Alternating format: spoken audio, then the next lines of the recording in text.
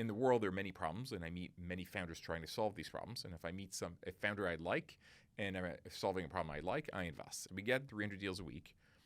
We have 9 investors in the company. The deals are randomly assigned to one of the 9 investors. We review them. We take calls for about 50 of them. The others are typically out of scope or too early or whatever. We have a 1-hour debrief where we evaluate 4 things. Do we like the team? Do we like the unit economics and the business? Do we like the deal terms? And do we like the thesis? Hi, everyone, and welcome to KindredCast, where we shine a light on the people and ideas shaping our future. KindredCast is a production of Kindred Media, powered by LionTree. Welcome to KindredCast. I'm Antal, Runneboom. On the occasion of our 200th podcast, we're diving into the world of early-stage investing, focusing on marketplaces, software, and other forward-looking technologies. We're thrilled to speak today with Fabrice Grinda, founding partner of FJ Labs, a stage-agnostic venture fund headquartered in New York City. Fabrice is a serial entrepreneur and super angel. In 2006, he co-founded OLX, a global digital classifieds marketplace disruptor that was subsequently sold to Naspers, where he stayed until 2014. Since then, he's been on a mission to revolutionize the marketplace ecosystem through FJ Labs, where he's led investments in over 1,100 startups globally. Some of Fabrice's investments have included Alibaba, Airbnb, FanDuel, Palantir, Bepi, Vinted, Quince, and Figure AI. Today we're going to explore Fabrice's entrepreneurial journey, his investing philosophy at FJ Labs, and his thoughts on the future of marketplaces, AI, and B2B startups, with insights into his key portfolio companies. Fabrice, it's an absolute pleasure to have you here on KindredCast today. Let's start with your background. What first brought you to the U.S. and into the technology sector? So I grew up in Nice in the south of France, and in 1984, at the tender age of 10, I got my first computer, and it was kind of love at first click. And from that moment on, I knew that computers and I were going to be together forever. And the thing is, it wasn't obvious to me I was then needed to go to the US, but clearly in France in the 1980s, loving computers, I was like one N of one, right? Like I was an extraterrestrial. There was Minitel, there were few things in tech, but like it wasn't really tech forward. And I skipped a few grades, I was top of my class, I was winning all the Olympiads, and I was building my computers, programming, building BBSs, and starting to think about what to do for college. And I went to interview the best French school, which is l'ENA, and I went to speak to the main professor there. And he was like, so what do you want to do when you graduate? I'm like, well, I want to follow in the footsteps of my role models, Bill Gates and Steve Jobs. And he's like, what? You would betray the ideals of the French socialist revolution. And I thought he was kidding, and I like burst out laughing. And of course he wasn't. I'm like, okay, perhaps I belong in the US. American dream, here I come. And so applied for colleges. I mean, it was hard back in the day, but because there was nothing online. I had to go visit them, pick the applications. I didn't even know you could study for the SAT. But, went to Princeton, and the rest is history. Amazing. And so one thing that's interesting about you is that before OLX, which is probably the most well-known business that you founded, you had already started 2 companies prior and sold them. Tell us a little bit about the sort of formation and foundations of your entrepreneurial journey that ultimately led you to found OLX and then sell that again to Naspers. So went to Princeton, finished off my class, studied mostly economics because to me it explained the way the world worked. Upon graduating, it was like, okay, I want to be a tech founder, and there's a bubble going on, but I'm this shy, introverted 21-year-old. Let's go to McKinsey. It's a business school, except they pay you. And from there, I'm going to learn oral and written communication skills, public speaking skills, and it's going to make me a better businessman for when I go build my company. 2 years in, I felt I'd learned what I needed to learn. I was 23, it was 98. I'm like, okay, let's go build tech companies. Now, the issue is the constraints at the time were very different. If you want to build a tech company in 98, you need to build your own data center. You need millions of dollars to turn the lights on. And as a 23-year-old, it created complexities. And so as I thought through, what is it I want to build? Well, I was an economist by formation. I studied market design. I had fallen in love with the model of eBay. I felt it was asset light, winner takes most, and extremely scalable. And I'm like, look, it has its own complexity of matching supply and demand and fixing the chicken and egg problem. But this is a problem I'm perfectly suited for solving. So I decided to take the idea, bring it to Europe, and also bring it to Latin America. And that was the beginning. As a firm, we spend a lot of time in digital classifieds and marketplaces. And these categories have evolved tremendously, right? You've had the emergence of software-enabled marketplaces. We're going into a world of AI agent-driven marketplace models. But back then, in 2005, 2006, when you first started scanning the market for what to do next, you basically had a bunch of newspaper companies that were building digital portals and trying to sell classifieds online, and then you had the emergence of Craigslist here in the U.S. But it was a pretty wide open field at the time. And so, take us back to that sort of foundational moment, and what got you. How did you see the opportunity at that moment? Let me go back to what happened in the prior two companies, because that's what led to OLX. So the first company, which is an eBay of Europe, I grew from 0 to 10 million a month in sales, leader in like 4 or 5 countries, ultimately grabbed, sadly, defeat from the jaws of victory as the company who bought us, their stock fell 99.98%, QXL Ricardo. And even though it had gone from 0 to hero, but back to 0 again. So in 2001, I want to be a tech founder. And my second company I built was not one whose products I loved. It was like, okay, I need to build a company that is going to be profitable very quickly because there's no capital available. And that's why I built a ringtone company. So Zingy went from 0 to 200 million revenues in 4 years. It was a huge success. It was super profitable, but I didn't have a particular affinity for it. And so I sold the company in 2004 after we did 50 million revenues in 2004 for 80 million in cash. I'd learned my lesson from last time: better cash than stock. Actually hired bankers, which ran a process, double the price. It was amazing. But I knew I wanted to go back to my true love of building marketplaces. And Craigslist was coming of age. So in 2005, as I knew I was going to leave Zingy, I went to Craig and Jim Buckmaster, who was the CEO, and I'm like, hey, look, It's still there. And they're still there today. And in fact, the site hasn't changed all that much. So I went to them and I'm like, look, what you're doing is providing an amazing public service to humanity by having this free site that's allowing to match buyers and sellers and products who are finding jobs. It's amazing, but frankly, it could be a lot better. You could actually monitor all the content and make sure that there's no scam, spam, phishing, etc. So why don't we moderate everything, make sure we create the highest quality content possible? And I realized you may not be willing to do that, but I'll do it for free. Like, let me run it. You don't need to pay me anything. If you like what I do, maybe after a year, we can discuss you giving me some equity, but I'll do it, frankly, as a service to humanity. They said no. Then I said, okay, I'll buy it from you. And I offered, and that's pre it being very well monetized, et cetera, like hundreds of millions, I think maybe even billions of dollars. And working with another private equity company, they also said no. So I'm like, you know what? Fine. The best competitors to have are people that don't want to compete and don't really care. And they were like, look, if you do something great, fantastic. So decided I was going to go after Craigslist and build a better classified site catering to women, which ultimately are the primary decision maker in all household purchases, and moderating all the content, created the safest space possible. And so raised all the VCs that had wanted to fund me in the last company after we were profitable, and I turned them down because, of course, we were profitable, and they had not been willing to fund me at the very beginning, then were falling over themselves to fund me. So I got a $10 million essentially pre-seed check, which in 2006 is extraordinary, on a PowerPoint from General Catalyst, Bessemer, Founders Fund, and I was like, okay, let's go and build this. So build OLX, launched in 100 countries. When you build a marketplace, you want to start by going to the sellers because the sellers are financially motivated to be there. So I told all those people, look, we don't yet have liquidity, but we're free. Why not less and see what happens? And so I went to like car dealers, real estate brokers, especially in countries without MLS, to people that were listing inventory elsewhere. And then I started buying, doing SEO and buying long tail SEM. And so we're spending $50K. We spent $50K in 100 countries, which is $5 million. And it just so happened it really, really, really worked in 4. So it really, really worked in India, in Brazil, which of course could create massive economic value, and really worked in Portugal and Pakistan, where essentially overnight we became dominant leaders. Because of the dynamics in these marketplaces where you want to be hyper-local, you want to create liquidity, we decided, you know what, it doesn't really work in the US because it's too expensive to acquire customers. Craigslist already has liquidity. Didn't really work in most of Western Europe because Schibsted and Vinted were already there. And even if you're a better product in Mousetrap, liquidity trumps everything else. So we're like, you know what, we'll double down on where it worked, after having thrown spaghetti on the wall. So let's do India, Brazil, Portugal, Pakistan. Hyper-focused there, became the dominant players there, became very big, profitable.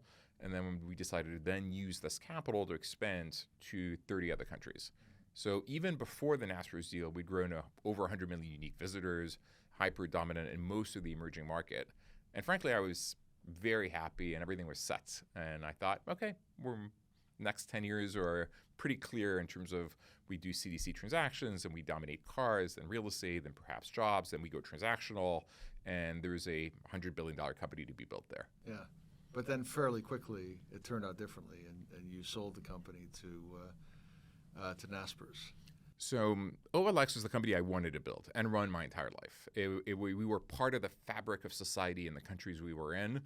Like we have 300 million unique visitors a month, right? Like 50 million people make a living off the site. It is profoundly impactful in the lives of people, especially in countries where payment systems and trusts and shipping systems are not working particularly well.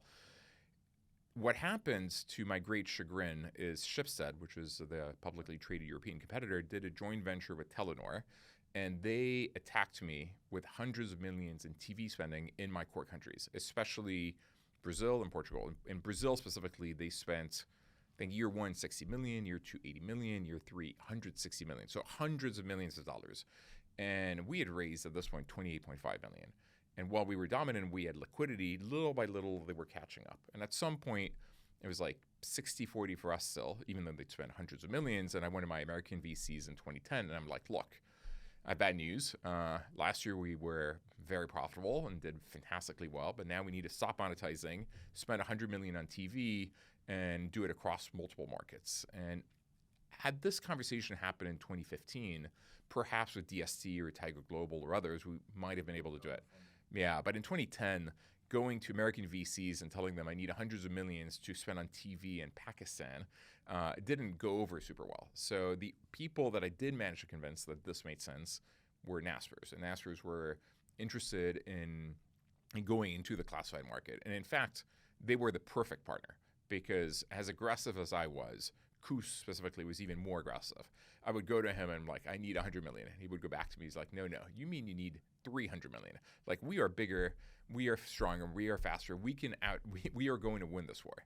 And so they gave me almost $1 billion to go fight the war with Schibsted. And that's not even including the acquisitions of Avito, of Dubizzle, et cetera. We ended up winning the war. We merged 51-49. And yeah, things were settled. And these businesses, once you're the dominant player, or extraordinarily profitable. I mean, we were talking like 75% EBITDA margin, and that's even before going transactional, et cetera. So so the deal with Naspers was 2010. They gave me all the money. I actually ran it for 3 years after the deal. They hadn't bought me. I was just fundraising to win the war. And then 2013, I'm like, okay, we've won. Things are pretty good, but it's kind of boring to be part of a big publicly traded company. I'm no longer like playing with product. My life is like creating an annual report, then a quarterly report, then update the quarterly budget. So I'm like, let's go back to the basics. Let's go back to zero. And so I left in 2013, in a way at the peak of the performance of the company, and it's continued to do extremely well since. Amazing. And these businesses are still dominant in many of their markets, very strong in Eastern Europe, very strong in Brazil, very strong in other... Southeast Asia, leader in the UAE, leader everywhere. The only downside, the most profitable crown jewel of the company, Avito, which is $1 billion in revenues, 750 EBITDA, essentially stolen by Putin and his cronies, and that was paying for the aggressive growth in like India and Pakistan, et cetera. So the companies were then sold to other players who could fund the continued growth. They're still dominant and they're still doing extremely well, but they're no longer all in the OLX umbrella because the cash cow was taken away, sadly. Makes sense. Let me just turn briefly to the next step of your journey before we go deeper into a few of these topics. And so after Naspers and OLX, you changed your modus operandi from there and became really an advisor and an investor behind many successful entrepreneurs.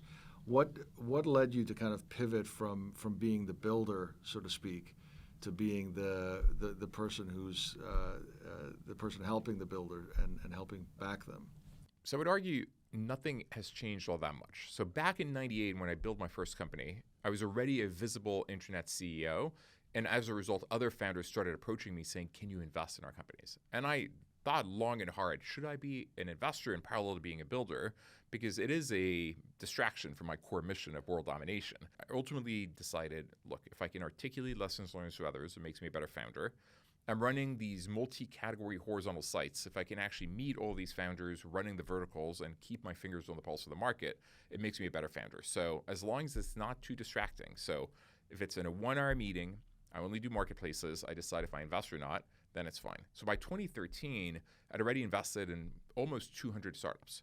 And in fact, in the public eye, I was known more, despite the fact that I was running one of the largest websites in the world, because it's not big in the US or in Western Europe. When I went anywhere, people knew me as an investor and a super angel, not as a founder. So I was already a founder investor. And the path I chose of building FJ Labs actually continued to be that, because FJ Labs itself, in a way, is a startup. I didn't join a fund, I created a fund. And creating a fund is the same thing. You need to raise capital, hire a team, build a structure, have a budget and a business model and a strategy. And within that fund, I continued investing and I continued building companies. And so even there, I've been executive chairman, co-founder of multiple companies, keeping my hands busy. And so I've always been an operator investor, and I continue to this day to be an operator investor. Fantastic. And the piece I wanted to just chat about at the moment, which is very topical with our clients, is the advent of AI within marketplaces. How is this dynamic going to go between the ultimate customers and the platform in this AI agentic world that's coming up? So let me give you first a little bit of evolution of marketplaces, and then talking to how it leads into how AI is impacting that. So marketplaces started as basically a la OLX, Craigslist listing platforms, where you list what you're looking for or you list what you're selling and someone contacts you. These are called double commit marketplaces. Upwork is one of these, like, oh, I'm looking to hire a programmer. 200 people apply. You need to do the work to select, say, OLX, if you're listing something for sale, people contact you. You're only going to sell to one person. There's a long conversation. And it's a low barrier to listing, but actually it's a high barrier to transacting. It's a lot of work. The next thing that happened is we had transactional marketplaces. So the buyer could say, okay, I want to buy this item, and that was done.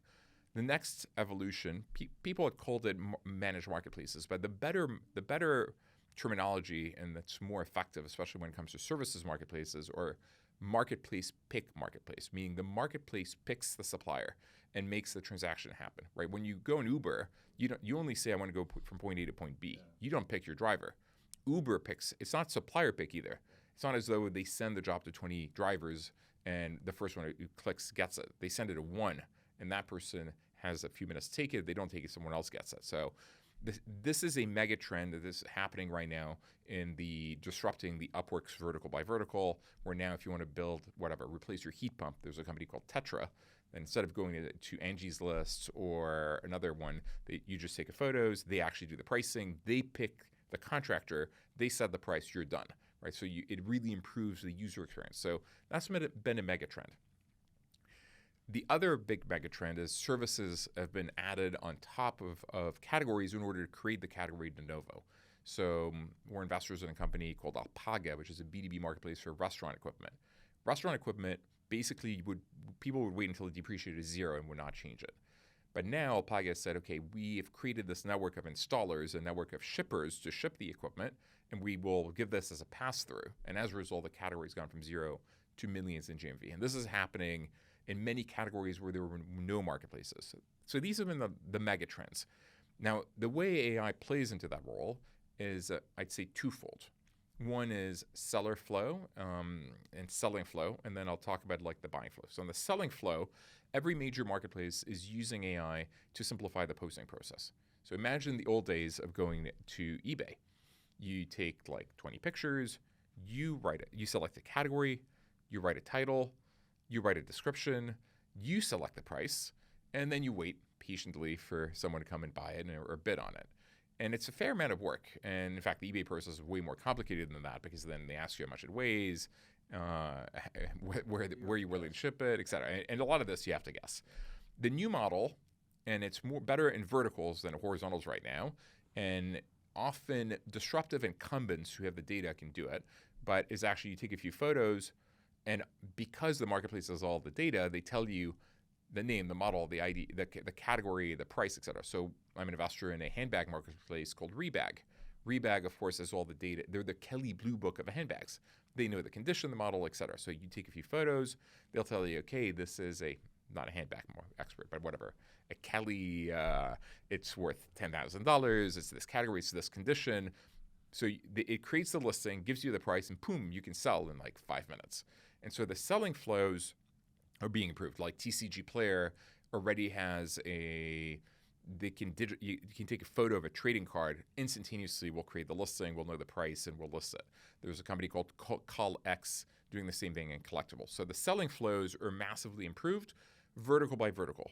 Doesn't work in every category, right? If I'm trying to sell an iPhone or a computer, you can't tell from the photo what storage capacity it has and what model exactly it is, et cetera. So the way people are doing it is you describe the item by voice, then you send it to OpenAI, Whisper, they'll transcribe it, tag it, and then create the listing. So there's a company called HeroStuff doing that. On the buy side, there are 3 buying flows in marketplaces, and AI is disrupting only one of them. And so most of the buy side of marketplaces will not be disrupted because it doesn't need to be. So if you go to Vinted, so the 3 categories, the 3 browsing mechanisms, purchase mechanisms or marketplaces on the buy side are browsing, so shopping as an experience. So people who go to Vinted don't actually know what they're looking for.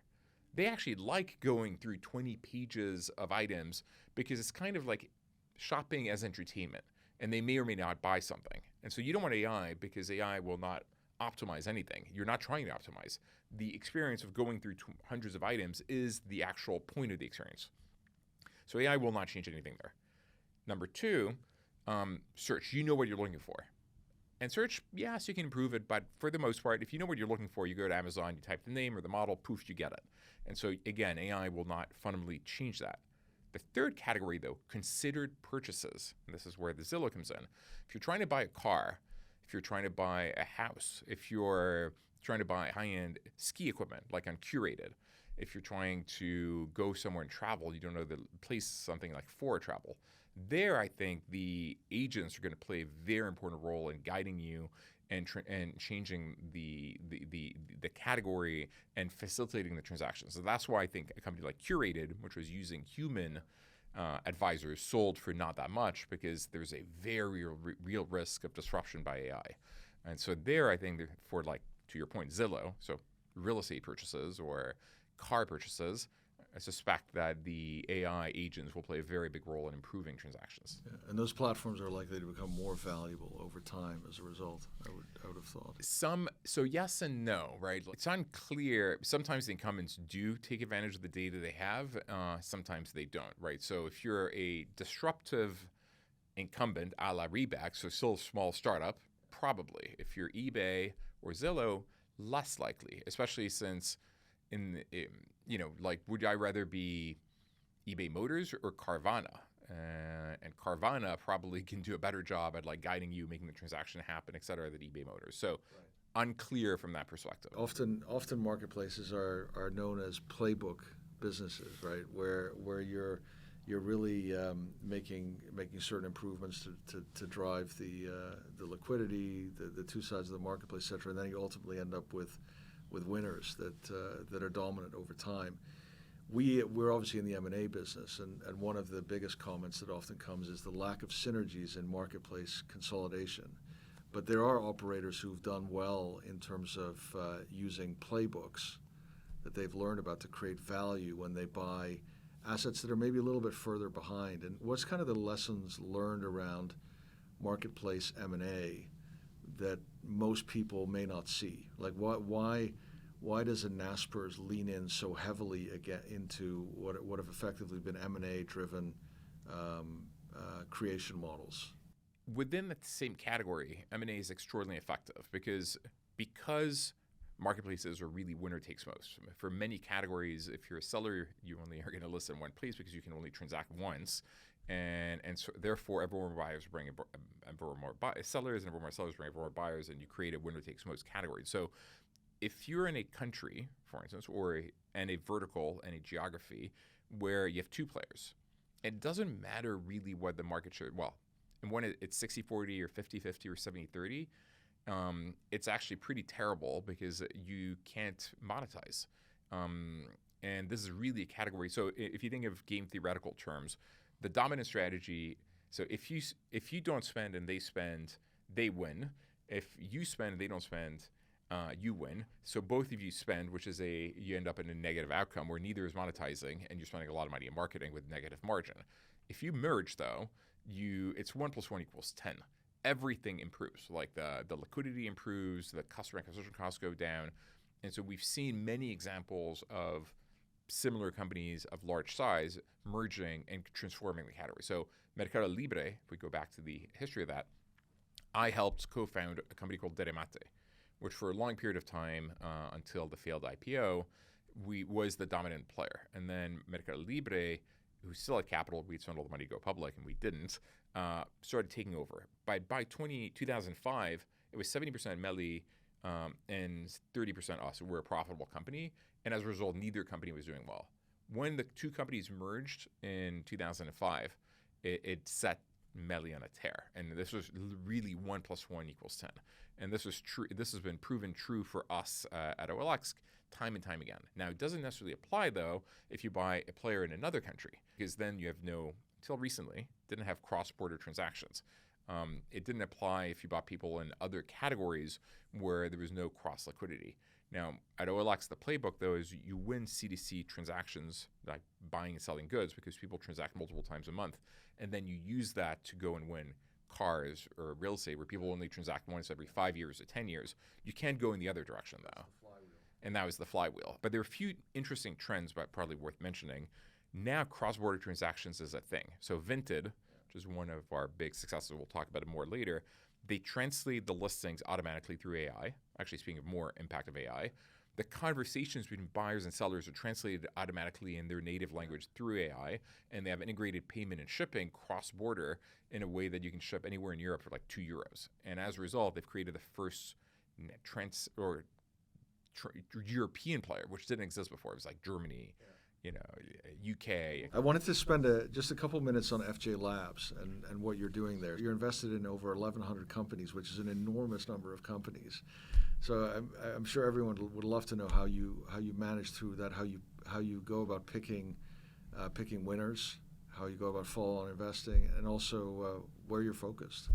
So it's not going to come to as surprising to anyone listening to this that I'm focusing on marketplaces and network effect businesses. I love them. They're capital efficient. The winner takes most. They're scalable, and they use very little capital, and they follow the venture flywheel, right? Like, so pre-seed of $1 million, your seed of $3 million, your A of 7-10 million, your B of like 15-20 million. And with that level of capital, you can build very successful, effective companies. And that's not true of many other companies and categories that need, if you want to turn the lights on in a fusion research company, you probably need hundreds of millions day zero. And that doesn't make it very venture viable. So FJ Labs is a venture fund. The last fund is $300 million. Next fund probably $300 million as well. We're raising it right now. And we behave like angel investors. So I think I call what we do angel investing at venture scale.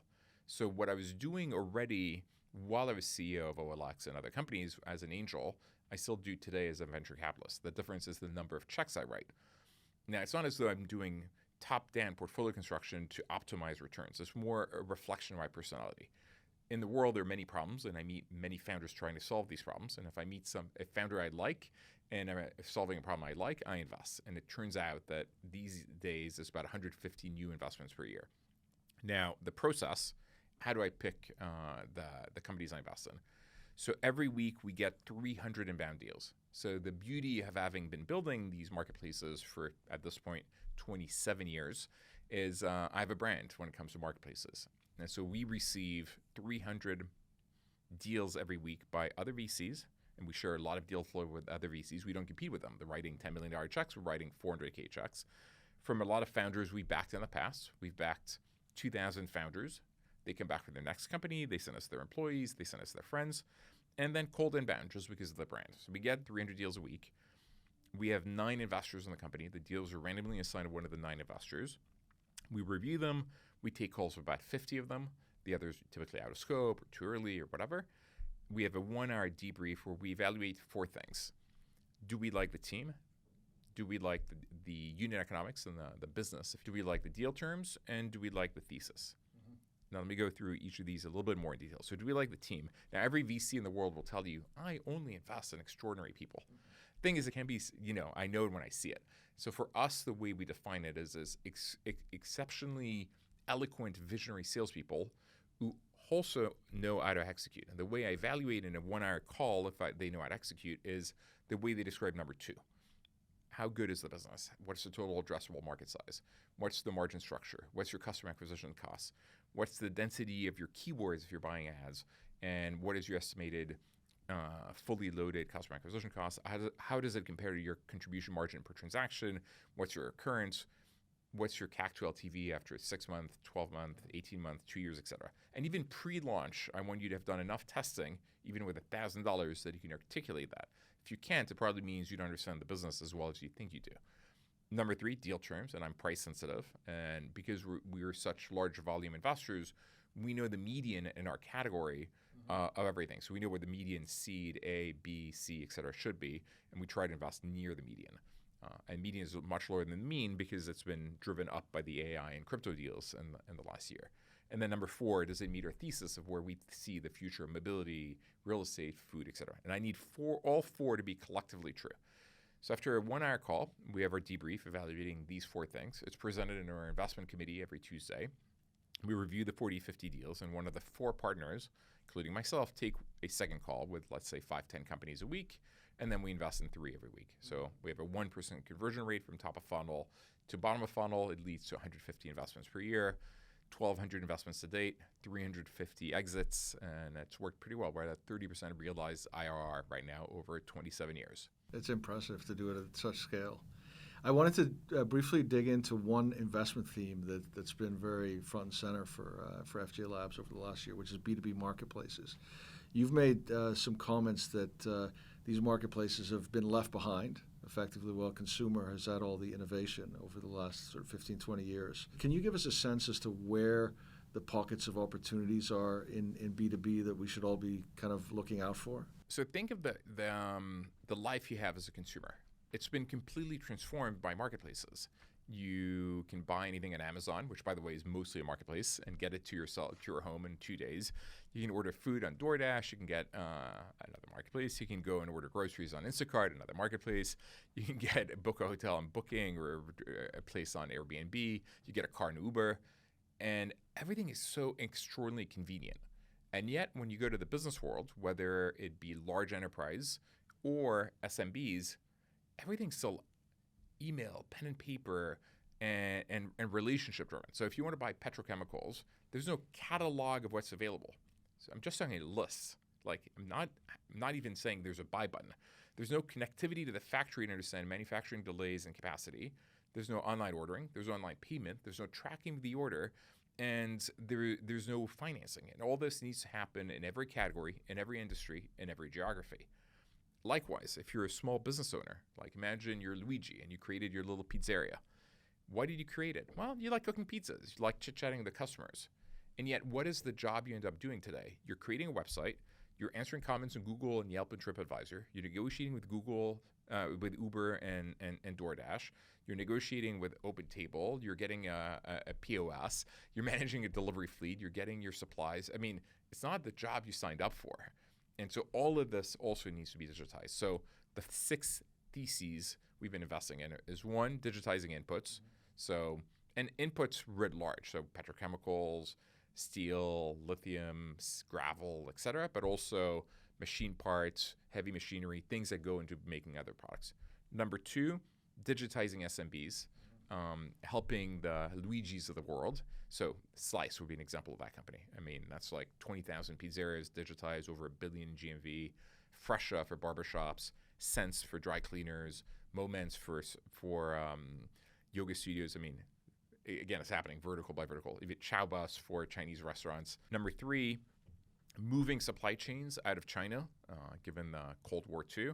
And so mostly in India, but also in Mexico, even onshoring. So we're investors in companies like Ziad, which is an apparel marketplace, helping the little mom and pop apparel manufacturer in India sell to the Zaras of the world. Because, of course, they don't know how to do prototyping. They don't know how to actually win an RFQ. They don't know how to deal with customs and invoicing. So the marketplace will do all that for them. Number 4, labor marketplaces to support all of these. So like a blue-collar marketplace like Job and Talent in Europe, or a company called Workrise, which is doing oil services workers on oil platforms. It used to be called RigUp. They're doing like over, I think, $1 billion in GSV as well. Number 5, the infrastructure. So automation companies, last mile shipping and packing companies like ShipBob, digital freight forwarders like Flexport, the payment companies like Stripe or Rapid, robotics companies to actually automate all of the last mile picking and packing like Figure. So all of that is another big area of investment. And then 6, re-commerce. So a company like Ghost, which is helping excess inventory be liquidated instead of having to go to Century 21. Now, small stores in retail can buy 10K lots without having to spend $2 million. And so these 6 theses, which cover tens of trillions of categories, are basically at 1% penetration. Everything needs to be digitized. This is a wave that's going to last for 10 years, 20 years. And we try to be contrarian. The reason we're doing this, and obviously being impacted by AI, uses AI, versus investing in the just AI companies, is I feel these are way overvalued. There's like left field disruption a la DeepSeek, et cetera. It makes less sense. And I imagine there's also quite a bit of opportunity left in B2B service marketplaces. Absolutely. As well.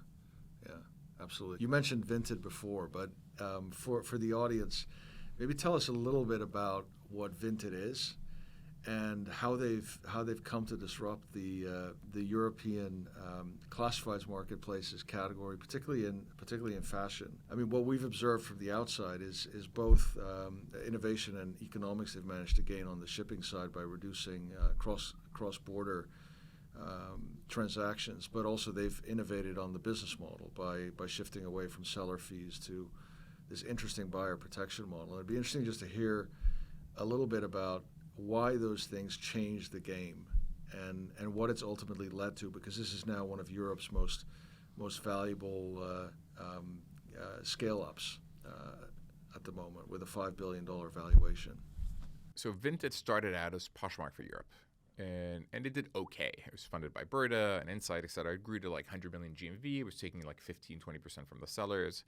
The problem is it flatlined, and it wasn't doing very well, and they were treading water. And they approached a person who was working with me, who's now CEO of Vinted, Thomas, to go and help them out. And we invested at the time when Thomas came in, and the plan was actually pretty easy. It was to implement what I defined as the Classifieds 3.0 playbook. I wrote where that playbook should be, and in fact, it's on my blog, in the summer of 2012, so pretty early. And I'm like, the future of classifieds is transactional.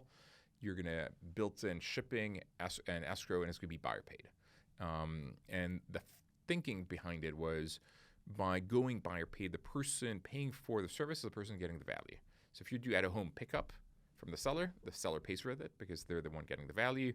If you have an escrow service where the buyer can say, okay, it wasn't the right item, I don't want to pay for it, that's the buyer getting the benefit of it, and it being shipped to them is them paying for it. So you should basically charge the person having value. We realize, especially in emerging markets, and it turns out that also apply to Western Europe, these sellers are extremely price sensitive. And the minute that you removed the seller fee, the liquidity and the inventory increased dramatically, and the willingness to disrupt the platform went down dramatically.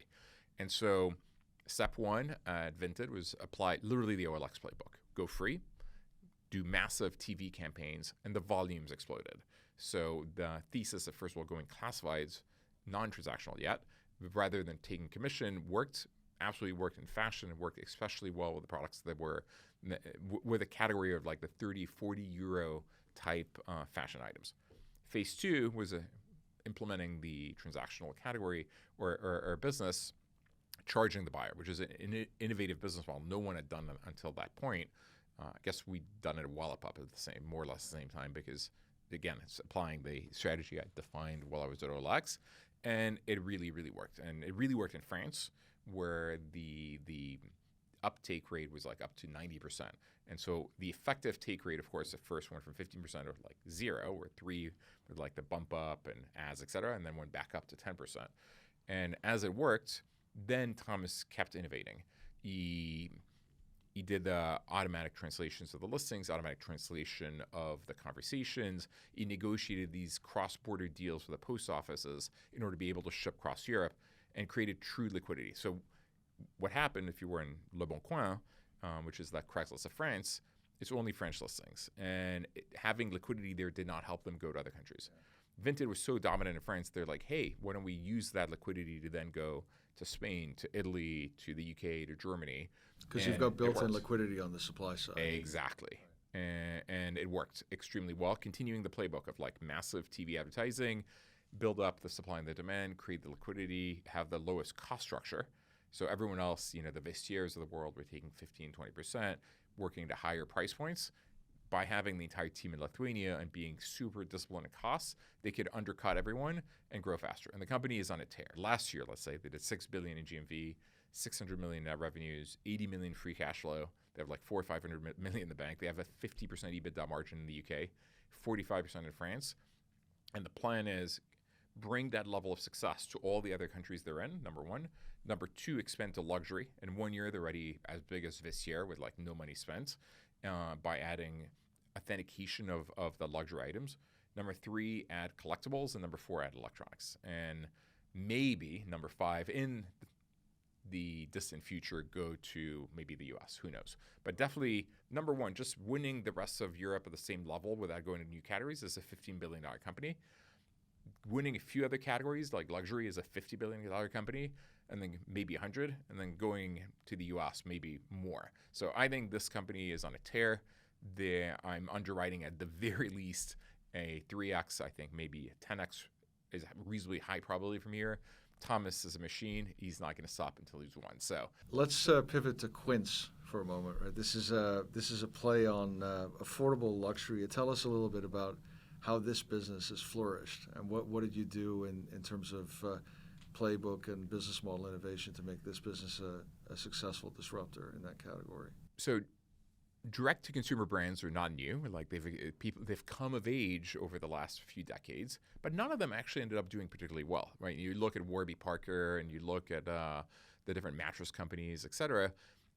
The issue is they have reasonably high customer acquisition costs. They don't have a lot of recurrence. They have a lot of inventory that they need to put in balance sheet, and or that stays on boats for 90 days as it's coming from Asia.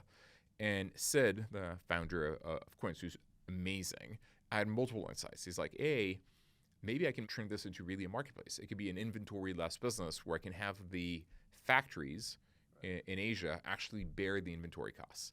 Number two, to make it actually way more efficient, instead of shipping them on boats, we're going to go and ship the items by plane. Obviously, you need a somewhat higher price point, and as a result, we're going to be able to turn the inventory in every 5 days as opposed to every 90 days, which improves the capital efficiency dramatically in the margin structure. And from a positioning perspective, when you think of who's done really well, the problem with Amazon is every category you have infinite items.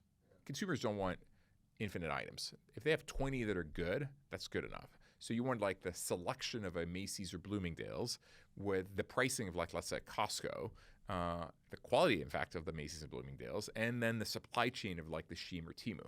And he's managed to build that. And the company has been on a tear in 3-4 years. Last year, they did almost $1 billion in sales. And if you, in the right demographic segment, this is where they buy. The items are amazing. They've expanded categories. It started as AAA grade cashmere. It's a young affluent audience. Young affluent audience, but cashmere, that's amazing for $60. And I wouldn't be surprised if there's a $10 billion revenue company in there in the next 5 years. And that company is extraordinary. Now let's turn to a really exciting sector. Everybody this last year in 2024 has probably begun to see the advent of humanoid robots. There's multiple players going after this market, and one of them is Figure AI, in which you've invested significantly in the early stages. This is a company that's being backed by many large players, including Microsoft, NVIDIA, OpenAI, and Jeff Bezos. And they've had really meaningful orders already.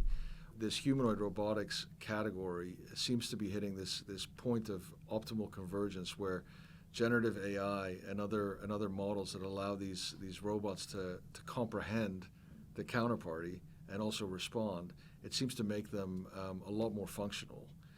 In addition, in places like factories, it seems like they've become flexible enough to really complete very complex tasks with their hands and so forth, and with the machine vision. But I'd love to hear your view on this market, how big it could become, how Figure AI is positioned.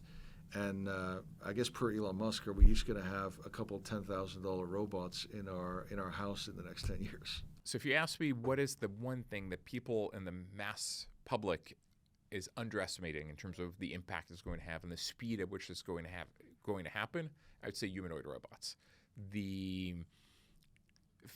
And Figure probably is the leading and dominant player here, and the founder's extraordinary. I mean, the Tesla demonstration was a bit. They were cheating. I mean, they were not AI-driven robots. They were actually remote controlled by humans. Figure is a year ahead of Tesla, which is probably a year ahead of anyone else. So Figure is the leading player here. The founder is extraordinary. He's a third-time founder, and we've backed him every single time. He started building a labor marketplace, which is how we got to know him, called Vettery. Then he built Archer, the eVTOL company, and now he's building this. So the reason it's so most people first start by asking, wait a minute, why do we need humanoid robots? Why don't you create a robot dedicated to whatever task you need? But if you take a step back, there's tens of trillions of infrastructure that have been created for human-designed world jobs. And so you have two choices. Either you redesign the entire infrastructure for robots, or you create humanoid robots. Now, both will obviously coexist, right? There are many robots already in the fabrication lines and like car factories, and that's okay. But there are a lot of humanoid jobs or jobs that can be done by humanoid robots. In fact, most of these, and sometimes people wonder, like, is that a good or a bad thing? But actually, if you think of the history of automation, the jobs that are being automated are the ones that, frankly, humans should not be doing. We're not meant to be doing this a million times over, like moving a package from point A to point B, et cetera. So where we're at, Figure 1 showed that you can have essentially a robot where you could pass the Turing test from a conversational quality, like you ask it for food, it gives you the apple, that's the only thing available, it can do the dishes, and you can have a completely fluent, intelligible conversation as though you were talking to a human and understands the world it's in. And that's obviously thanks to the LLMs. Figure 2 actually now is already operating in a few places. They're in a factory in BMW where the robots work 20 hours a day. I mean, it's not a complex job. They're moving machine parts from one place, putting it on the assembly line to another place. But they're replacing about $250,000 worth of machinists. And it's a leasing program where they lease the robots for 5 years. So the key, though, is Figure has figured out each of these components that they're building and buying, how to scale them, and how to scale them to the point where the costs divide by 10. So they're trying to make these robots, to Elon's prediction, ultimately, I mean, we're in years from the 10K or 20K per robot in the home. Maybe a leasing cost of 20K per year for is closer than that. But Figure 3, whenever it comes, next point in 2 years, will be a lot cheaper, faster. And Figure 4, again, 2-3 years later, will be even more affordable and competent in terms of the number of tasks it can do. And so they're already, and this is actually public, I think Brett, the CEO, said, we have like interest for 100,000 orders from a few large companies. I can very well imagine a world a few years from now where, frankly, there are a million of humanoid robots in the world, mostly in the factories, maybe at the few high-end homes in 5 years. Give it 10 years, though, and the Jetsons gets a lot closer. And so this company can transform the world. It could be $1 trillion company. It could be a $10 trillion company. It does have profound implications. I mean, we've seen AI begin to have profound implications on service-type jobs and skilled labor jobs. But now this is potentially another threat towards more blue-collar and factory and other types of service jobs that are more day to day. So there's some very profound changes to the labor structure coming in the years ahead, potentially, as the costs of these robots and AI come down further. I would not worry too much about that, right? Like the Luddites have always been wrong. So let's go back 25 years. We go to 2000, and in 2000 we have this conversation, and I tell you, in 2025, the top 4 job categories of 2000 will have disappeared. There will no longer be bank tellers. There will no longer be travel agents. All of car manufacturing will have been automated, and 500 billion of retail will have gone online, like completely vaporizing jobs in local retail. Please now describe the economic conditions in the environment in 2025. And then if I told you that, you would have told me, oh my God, the Great Depression, 25% unemployment rate, revolution in the streets. And yet we have lower unemployment, higher productivity. So historically, these jobs are destroyed. It's easy to imagine. It's hard to imagine the new jobs being created, but because they improve human productivity, they improve our quality of life, they make things deflationary and cheaper, and they improve our wages. And so the more technology we have, actually, A, new jobs are created, but B, we work less hours for more money and our quality of life improves. So I'm profoundly optimistic about the world of tomorrow. Can I just go back to venture capital for a minute and talk about a different topic, which is exits in today's environment? Last year, PwC's Global Top 100 Unicorn report calculated a market value of over $2 trillion of basically private startups, most of which are in the technology sector. And there were almost 1,500 unicorns, so billion-dollar-plus companies. In this whole process, as a venture capitalist, the path to liquidity has gotten much more complicated and much longer, right? You can invest, but it may take a long time before you have public liquidity.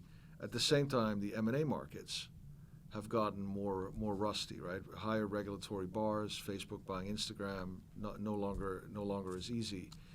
And the IPO markets remain challenged, and the bar continues to grow in terms of what's an acceptable size to be a public company, what's acceptable growth. In that environment, you've talked about putting money into 3 companies, I think it was a week, but how do you get it out? And what's the path to exit from your perspective, and today's exit environment look like? Yeah, so I'll create a distinction between VCs and the private markets writ large and us at FJ Labs, because we're in a very privileged position. So for VCs, to your point, it's been a winter. It's been an exit winter with no IPOs, no M&A, and mostly because of regulatory reasons. And obviously the rate environment was not helping. I'm hoping that we're coming to maybe a thawing of that. So I'm not saying like bonanza and we're going back to 21, especially with the current rate environment, but hopefully from both a regulatory perspective and in terms of the capital markets, we're going to see more IPOs and exits and M&A in the coming few years than we have in 23 and 24. So that helps other people. In our specific case, we write small checks, right? We're writing 400K or 500K checks. We own 1%, 2%, 3% of these companies. And so we exit in secondary transactions. The vast majority of our exits in the last decade, but frankly, the majority of the exits in the last decade and the vast majority in the last few years have been secondary transactions. As the companies get very big, even though they're private, there are secondary buyers, right? So there is a real market for Stripe secondaries, for SpaceX secondaries, for Klarna secondaries. And even the companies lower down the food chain, like if I'd wanted to sell, don't want to, Quince or Vinted, I definitely could have. And there are buyers for those. And often, so in the very late stage, you have like secondary marketplaces like Forge or EquityZen or SharesPost. In the earlier stages, the VCs on the way up end up being the secondary buyers. And so if a company is completely crushing it and they're raising their Series B, and Sequoia, Andreessen, and Greylock all want in, but they all want 15%. And the founder wants all 3 because he doesn't want them to found competitors, but he doesn't want 45% dilution. He'll take 30% primary, 15% secondary. He might come to me and say, hey, would you mind selling part of our shares as a favor? And I'm like, look, I love you, but 10x, we'll sell 50%. And our rule actually is 50% because sometimes trees do grow to the moon, even though rarely. And if it goes to 0, we're happy because we made 10x on the 50%. And if it goes to infinity, we still have 50%, we're happy. And so we do sell on the way up to other VCs, and then we ultimately have the opportunity to sell in secondary markets if we want to. But I'm hoping the environment still gets better and thaws. It would be better for everyone. And one other topic to follow on from a recent podcast we did with Reed Raymond at Apollo. around which we talked about the democratization of private equity and access to private equity products at the retail level. I'm curious, we're in a world today where most public investors through their 401k are really only investing in the market more broadly, which means the Magnificent Seven is the driver of their wealth. But most of the growth is actually occurring in the private markets. I mean, do you see greater democratization and access to the private markets for smaller retail investors in the years to come as well? So it's a regulatory issue, not a market demand issue. You can't do general solicitation. People need to be accredited investors in order to invest in funds and in order to invest in startups, which means a pretty high threshold, actually. We have seen ways around it. Obviously, angelists try to get different exemptions for people to invest in startups, especially their friends' startups or their family startups, et cetera. And in Europe, we've seen a few places where retail consumers have been able to invest in essentially feeders who invest in funds. It's very possible that it'll happen. I mean, in a way, it's happening in crypto in a completely wild west way where people are investing in ridiculous meme coins.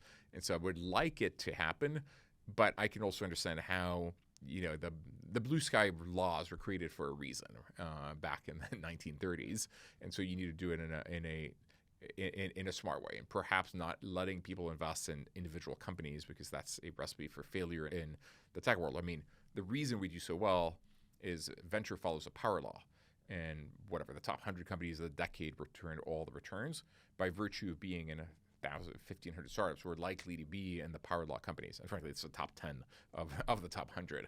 If you invest in 5 startups, chances are you're going to lose money. If you invest in 30 startups, chances are you're going to lose money. So you really want a diversified portfolio of startups. And I'm not sure letting individuals just pick and choose. But to your point, most of the value is accruing to people on the private side. Like the companies are going public once they're already worth hundreds of billions, they're not going to go 100x from there. I mean, Microsoft went public at a $260 million valuation. Apple went public at a $1.3 billion. All the value creation was really in the public markets, correct. Whereas now you've got SpaceX is at like $400 billion. You've got ByteDance at $300 billion, et cetera, right? So all the value creation. It's all accruing to us and not to the public. Peering into the future for a second, you had talked on other podcasts and other places over the years about your vision for what the world looks like 25 years from now, 100 years from now, and some of the things you've said in those prior comments have been around energy abundance and what kind of unlocks that creates for us as human beings. So I'd love to maybe just get your latest take in 2025 of what the future looks like further out. So first of all, the beauty of being a venture capitalist is in a way I live in other people's future because I see all the ideas that are being pitched to me that are going to come of age in 5-10 years. And I also see the cost curves and understand when we're going to hit different price points where it actually becomes viable. So first of all, taking a step back, the technology writ large and the technology revolution has been extraordinarily deflationary, and that's transformed our lives for the better. Right? Like go back 200 years, we're all farmers. So in 1825, we lived to a life expectancy of 29 at a global level, and highest life expectancy is below 40. And we go hungry multiple times a year. Go 100 years ago, so now we're in 1925, we're working 53 hours a week. We're mostly factory workers and farmers, and our quality of life still kind of sucks. If you're poor, you don't go on vacation, you don't have running water, you don't have a car, you definitely don't, planes don't really exist. And even the last 40 years, or 50 years, our quality of life has transformed. When I was a kid, I remember my father yelling at my mother that like she was spending too much money on long distance phone calls, and he meant Nice to Paris. And now with these smartphones, we have free global video communications. We have the sum total of humanity's knowledge in our pocket. We have an extraordinary intelligent advisor able to help us in every respect. So you could be a poor farmer in India, and you have access to more information, communications, and possibly intelligence that the President of the United States had 25 years ago. And we take that for granted. It has transformed our lives for the better in ways that are unfathomable. When I go on my like crazy trips to Antarctica with like no electricity, rehydrated food, I come back and they're like, I can turn on it's like hot water, shower, toilet. I mean, we are so privileged and we take it for granted. We don't realize how privileged we are. So how do I think of like what's coming in the next 25 years? So it's not to say like everything is for the best in the best of possible world. This is not a Penkelosian state. quite the contrary. We have many problems. We have climate change, we have inequality of opportunity, and we have a mental and physical well-being crisis. And all of these, in a way, states are structurally incapable of addressing it. And actually, the good news is founders see these problems and go and attack them. And so I'm profoundly optimistic because we're finding abundance in multiple buckets. So first of all, energy abundance. So right now you have computing power abundance, right? Like back in the 1970s, computing power was extremely limited. You'd only use it for very high value transactions. Today it's so infinite, you have supercomputers in your pockets that can do anything. The cost of electricity has been limited and limiting, and of energy writ large. And so until the 1990s, we had actually perfect correlation between energy consumption and GDP growth. We've managed to become much more efficient. And so right now, we've actually managed to grow the economy without actually growing our energy consumption. But what's interesting is the cost of energy, because of solar, is declining extremely rapidly. So solar is already the cheapest form of energy production, and it's declining by 11% a year. It's dividing by 10 every decade, and it's continued to divide by 10. So divided by 100 in 20 years, 1,000 in 30 years, and 10,000 in 40 years. And it's continuing to decline. And I can foresee a world 10, 20 years from now where the marginal cost of energy production is essentially zero. Of course, solar doesn't run during the night or on cloudy days, but battery costs have also declined. They've divided by 42 in the last 27 years. They've divided by 10 in the last decade. And now solar plus batteries is reaching the point where it's becoming cheaper than all other forms of energy production. And as a result, we're seeing massive penetration increases. Like in many emerging markets, we're at like 12%. I mean, we were at 0.1% energy production from solar. Now it's 12% on a global level. It's actually doubling in many places year over year in many countries, both with battery capacity and solar production. And so even with no subsidies and no government intervention, within 20 years, I can easily imagine almost all of the power being generated by solar and stored with batteries on a global level.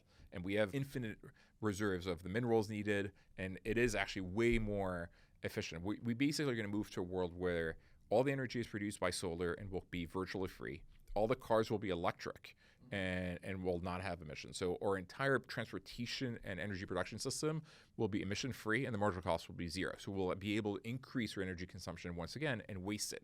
Once you can waste energy, you can do extraordinary things. People were like, oh, we're running out of fresh water. It's actually not true. 70% of the world is water. You can desalinate fresh water, or you can desalinate salt water with infinite electricity. I have a water desalination system in my house in Turks and Caicos. We're generating 5,000 gallons a day. My water bill is $10K a month. The machine is $72K. Wow. I mean, it's paid for in 7 months. Now, and of course, it's run off solar, so I'm completely off grid, and the marginal cost is zero. And once you have infinite fresh water, you can grow crops in the desert. You can grow crops in vertical farms. So all of a sudden, the cost of food goes down, the cost of water goes down. I mean, you get to an abundance agenda and world from your underlying needs will almost become free. Now, it goes beyond that as you start having things like humanoid robots making the costs of services and labor go down, which actually is probably essential given that our birth rates are low, population is getting older and starting to decline. We're going to have actually fundamental labor shortages in many categories. Yeah. So I'm not worried about unemployment, actually more worried about like labor shortages in many categories, and we're going to be able to free up the labor to do the right things by having people help the elderly, et cetera. So I'm so optimistic. How do you view the categories where we never seem to have real overall benefit of technology deflation are houses, education, and healthcare. Are we going to see a turnaround in that in the next sort of 5 to 10 years?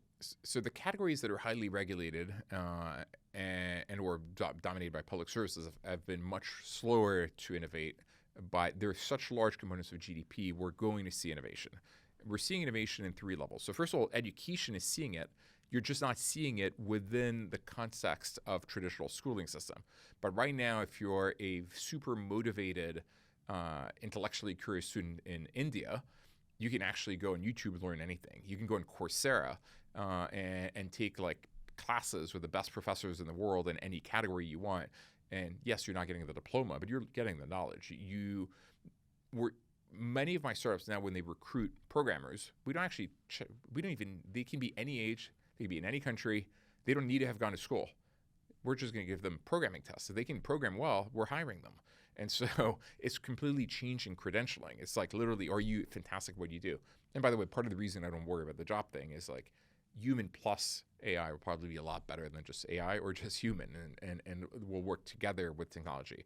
So education is already happening. I mean, Conmigo is teaching people or kids in K through 12 like the Socratic method. Using the Socratic method teaches them math. In science, I mean, we're seeing improvements in like drug discovery. And I mean, AlphaFold is playing a pretty big role in like understanding creating new drugs. Most of the costs in the U.S. healthcare system are actually non-medical. They're actually the overhead of the fact that we've created a completely cumbersome, idiotic paper system. You know, you go to Estonia and they've basically automated everything, like online medical records, everything. Going to the doctor, recommendation to go to the specialist, payments, everything's online and automated. It's been like that for a decade. So there's huge opportunities, and I think it will start happening. And same thing in public services. Housing, the main problem in housing is actually regulatory. It's like we need to eliminate. So we are creating artificial constraints to supply by having air rights and like landmarks, et cetera. Obviously, don't build in Central Park, but like most other things don't need to be protected, and things like NEPA have been weaponized to basically empower NIMBYism. So we don't have a cost issue. We don't have an underlying construction cost issue. And yes, there are a lot of things we can do here in terms of like prefab, et cetera. The fundamental issue is actually the regulatory regimes around building. Like 80% of San Francisco is zoned that you can only build you can't build apartment buildings. I can decrease the cost of housing in San Francisco overnight by like letting them build up infinitely. You run these annual tech gatherings in Turks and Caicos at your property there, and what you're doing is you're bringing together communities of founders. And what I'd love to maybe just hear from you is what some of the more standout moments have been of bringing these groups together in that kind of an environment, and what sort of insights come out of those events that drive innovation and other sort of magical moments, so to speak. Magical moments happen in many ways. So, for instance, recently we had the founder of Somos, and he didn't even speak Spanish. He went to Medellin in Bogota, in Colombia, and he built a super high speed fiber internet system. So he's delivering like 100 gigabit fiber at like $5 a month.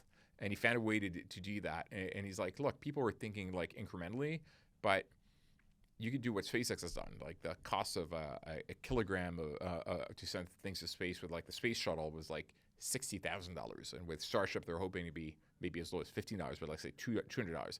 Like, are there ways to funnily use existing technology to completely transform the cost structures of the world as we know it? Yeah. And the incumbents typically never do it. He showed us how he did it, applying existing technology to solve the problem. We were like mind blown. And we've seen so many countless examples of this. Now, there's also serendipity where you have like the CEO of eBay is there, and he meets the founder of a company that he thinks is fascinating. Then they go and buy the company or partner with the company. But it's a great way to take a step back and like really see what is happening and what are the overarching trends. And so, for instance, this one is all about AI, of course, in terms of like where is there too much investment, not enough investment, where are the orthogonal approaches, and what are the contrarian plays in the category. You're doing it in an environment with very little outside noise, which is you can't do it in New York. Great for stimulation. Yeah. We're going to wrap up, but we're going to have a couple of quick personal questions for you. So, what was your favorite recent travel destination? Well, I went to Antarctica, and I walked to the South Pole, pulling my 100-pound sled, completely off-grid, eating rehydrated food. You actually have to poop in a plastic bag that you have to carry because it's really leave no trace behind. You're carrying your own fuel, your own sleeping bag, your own tent, and it's so different and so harsh. It's -50. You're at 10,000 feet altitude, and it's really an exercise in gratitude because you come back from that exercise where you're burning 8,000 calories a day. You lose like almost a pound a day, and you realize how lucky we are to be living in like the developed, civilized world that we live in. How long does that trek take today? So you have multiple paths. If you do coast to pole and you're super fit, like 40, 50 days. And if you just do you're ready, get dropped off in the glacier, which is the part I did, it took 7 days. Okay. I've also often heard that you're an avid reader. What's a book that has really stood out for you that has changed your view of the world? The book that probably changed my view of the world because it made me look at it differently was *Sapiens*, in terms of understanding how many of these things that we take for granted are actually human constructs, like currency, like borders. But honestly, I read a lot. I read 100 books a year, but I mostly read for fun. And I find that the way to stimulate my mind and think of the future is actually reading sci-fi, and to a lesser extent fantasy.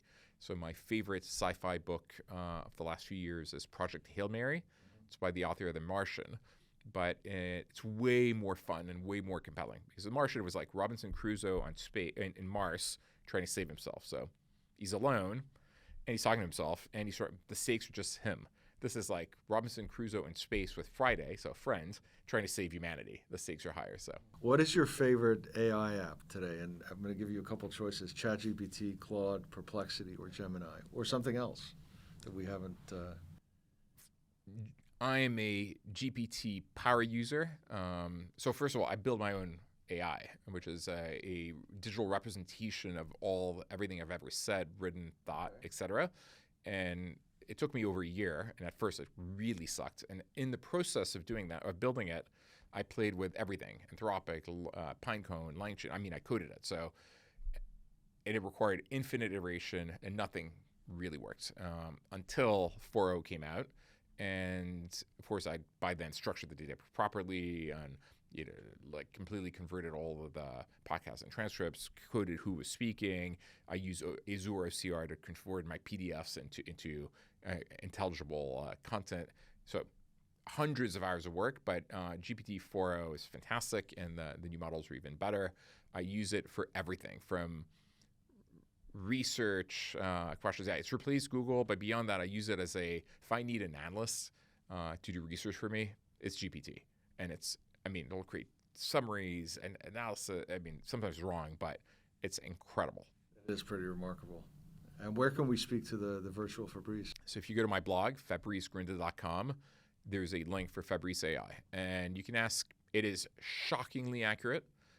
You can ask what our thesis is, what the feedback on your startup idea, what the mean valuation for a Series Seed or A is. You can even ask personal questions on like how Antarctica was, what I've learned, how to live asset light. Anything I've ever written about, you can actually interact with, and it's very accurate. And I'm currently coding the next 2 versions. The next version is one where I will have a digital avatar of me with my face and likeness and voice, and you're going to be able to talk to it or have it talk to you. If you can either talk to it directly or via text.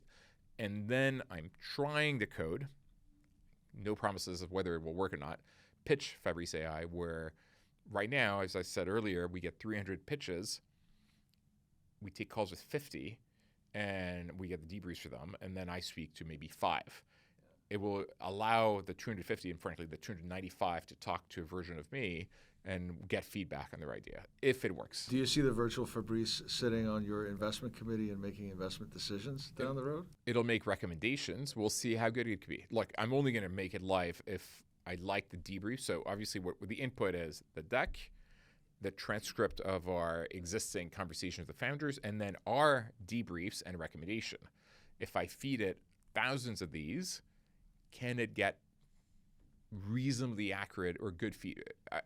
This is really, again, a public service to humanity and to the founders. Like, can I tell you, your unit economics are underwater, or you're going too early to talk to VCs, you need a bit more traction, go to the friends and family round first, or as a founder, you really need to be more eloquent in terms of the pitch you're going after, or the category you're going after is too small. Like, can it actually give actionable feedback to founders to be helpful to them? The answer is no. I won't make it live. The answer is yes. The answer is yes, I will. So TBD, but that's what I'm coding and working on at night right now. Excellent. And the final wrap-up question is, do you have a favorite podcast besides the LionTree podcast?